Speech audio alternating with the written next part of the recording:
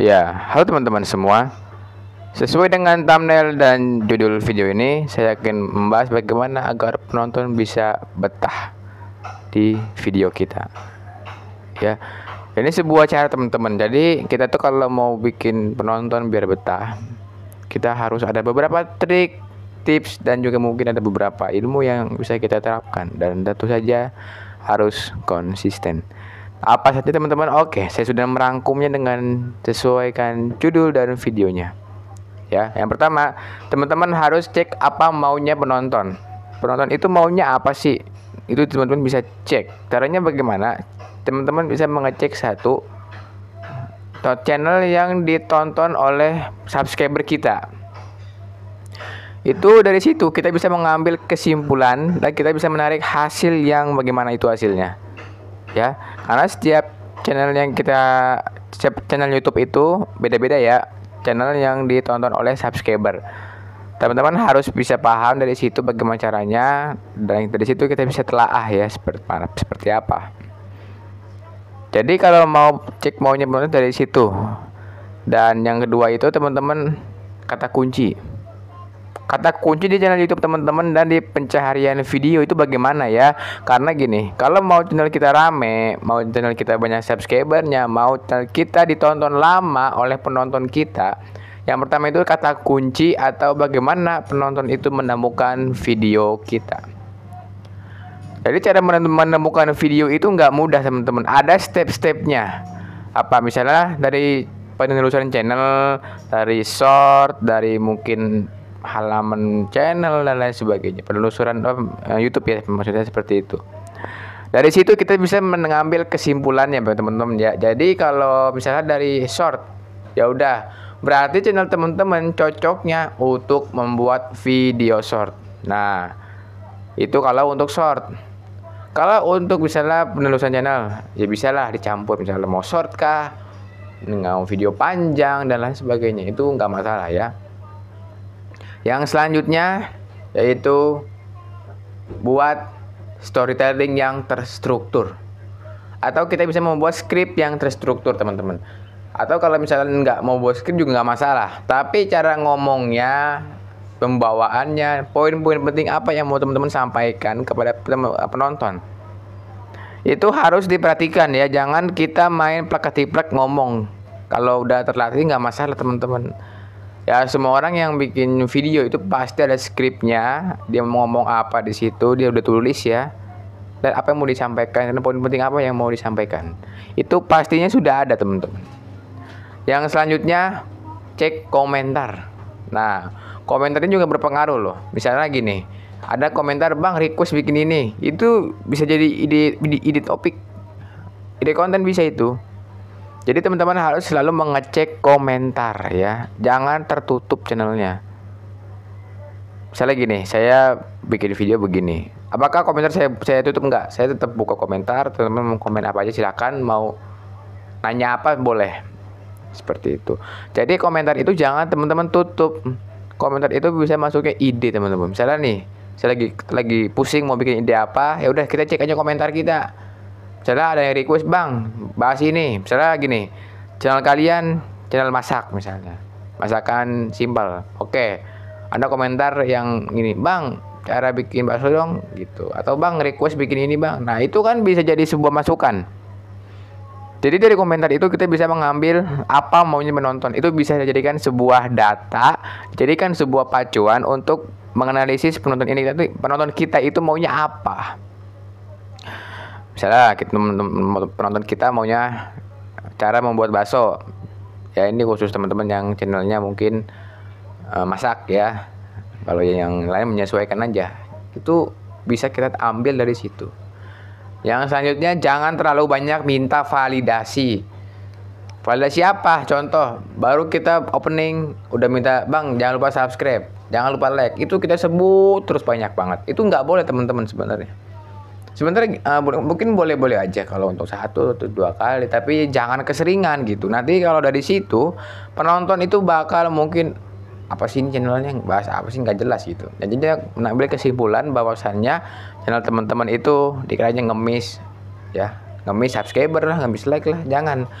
Ya sewajarnya aja kita minta seperti itu, tapi jangan keseringan juga. Seperti itu teman-teman ya. Yang selanjutnya buat deskripsi yang menarik. Ini deskripsi ini sering kita lupakan ya. Misalnya kita bikin sebuah ya channel nih, deskripsinya kita nggak isi nih. Nah itu sebenarnya nggak masalah teman-teman, nggak masalah, nggak isi juga nggak masalah. Tapi kalau saran saya lebih baik diisi aja, karena deskripsi itu ya walaupun dia nggak penting, apa maksudnya nggak penting sih enggak ya. Maksudnya deskripsi itu menggambarkan kita tuh lagi bahas apa. Nah dari deskripsi itu penonton bakal tahu kita lagi bahas apa. Karena kalau ada loh karakter orang Indonesia, saya tahu bagaimana karakter orang menggunakan sosial media. Kebanyakan orang-orang kita, orang Indonesia itu dia cuman nonton di 15 detik, di 20 detik, di 30 detik. Dan kalau misalnya kita bikin video panjang nih 10 menit, dia nggak bakalan full. Ada sih sebagian ada yang full ya, tapi kebanyakannya di skip. Dari deskripsi itulah kita ambil kesimpulannya, biar penonton baca, oh begini caranya. Dan dia kalau misalnya tertarik nih, ya udah nonton sampai terakhir. Jadi seperti itu. Deskripsi itu berpengaruh sekali teman-teman ya. Jangan meremehkan deskripsi video. Bang, cara bikin deskripsi gimana bang? Nah gampang bikin deskripsi mah. Yang pertama, mengandung minimal 3 kata kunci. 3 kata kunci itu harus mengandung di deskripsi video kita. Kalau misalnya sudah mengandung, dan saya yakin channel kita bakal dengan perlahan dia bakal naik viewsnya. Yang selanjutnya apalagi? Yang selanjutnya yang thumbnail dan judul itu harus sesuai dengan isi video. Saya kadang nonton video nih, dia membahas ini tapi kadang agak lain. Itu sebenarnya ya nggak masalah teman-teman, tapi jangan seperti itu. Takutnya penonton ya atau viewer kita, subscriber kita mau nonton kok beda gitu. Nah dari situ dia bisa mengambil kesimpulan, oh ini channel bohong nih, oh channel itu begini. Jangan seperti itu. Kita harus membuat judul sesuai, deskripsi sesuai, thumbnail pun sesuai.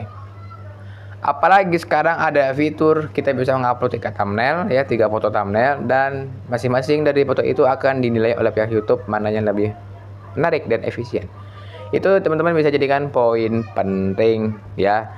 Jadi buatlah thumbnail dan judul yang menarik. Yang selanjutnya, jangan lupakan kategori video. Kategori video itu apa bang? Jadi gini, kalau misalnya teman-teman nih bikin ada video, kan kalau kita di YouTube Studio itu ada settingan namanya kategori, misalnya gaya dan cara, misalnya game, pendidikan dan lain sebagainya. Itu teman-teman kategorikan sesuai dengan konten teman-teman apa. Misalnya kontennya game, ya udah teman-teman kategorikan game. Konten kita masak, kategorikan masak. Jangan teman-teman nggak dikategorikan. Ini tuh penting loh untuk kedepannya. Dari sini channel kita bakal direkomendasikan, oh channel kita fokusnya masak, ya udah nanti oleh pihak YouTube akan direkomendasikan pada orang yang suka masak. Seperti itu. Jangan buat kategori yang sembarangan. Itu nggak worth it buat saya ya. Yang selanjutnya teman-teman apa? Harus selalu update tren di YouTube atau di sosial media lain seperti TikTok, sosmed, Instagram dan sebagainya. Itu teman-teman harus update dan harus paham bagaimana kondisi tren yang sekarang. Misalnya tren sekarang apa? Begini. Nah, dari situ teman-teman bisa ambil kesimpulan mau bikin konten apa. Serius teman-teman, misalnya gini, teman-teman maunya masak ya, membahas masak. Apa masakan yang sedang tren misalnya?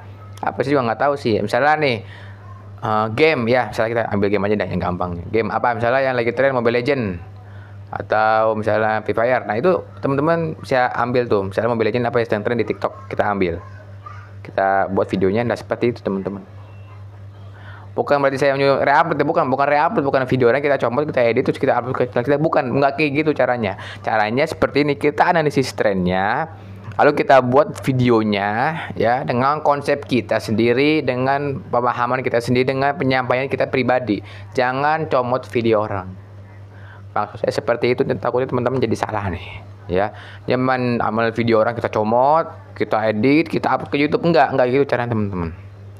Jadi penyampaiannya harus berbeda. Yang selanjutnya adalah isi tag video. Nah ini nih, saya kadang kalau untuk yang memula nih nggak pernah diisi tagnya. Padahal di video-video sebelumnya saya udah nyampaikan bahwa tag itu adalah sesuatu yang penting. Bang, cara ngisi tag gimana bang? Nah, gampang. Langsung aja buka YouTube Studionya untuk versi mobile, klik lainnya dan itu ada tagnya. Atau nanti saya bawakan video khusus mengenai sebuah tag video YouTube. Ya. Yang selanjutnya yaitu gunakan AI. Apalagi sekarang perkembangan AI sudah sangat bagus ya teman-teman. AI itu udah merajalela di mana-mana, ada ChatGPT, ada OpenAI, ada DeepSeek dan lain Meta AI dan lain sebagainya. Apakah kita menggunakannya? Boleh. Menggunakan AI dalam membuat konten itu sebuah hal yang membantu sekali, menghemat waktu dan juga efisien. Seperti itu. Jadi ada beberapa cara teman-teman menggunakan AI. Untuk misalnya untuk menganalisis tren itu bisa. Yang kedua untuk membuat deskripsi bisa. Membuat judul apa bisa. Jadi AI itu kita gunakan untuk sesuatu yang bermanfaat. Ya.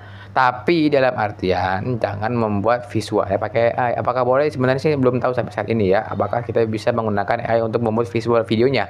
Kalau untuk menganalisis, misalnya analisis video judul nih, terus deskripsi, tag itu boleh pakai AI. Untuk apa? Untuk mempersingkat waktu. Kalau kita menganalisis dengan manual ya mungkin boleh, nggak masalah. Seperti itu. Apakah ada aplikasi lain yang bisa kita pakai bang untuk channel kita? Oh banyak, ada dan lain sebagainya. Nanti saya akan bahas di video lanjutan teman-teman ya. Ya, itu yang saya bagikan ilmunya untuk video ini.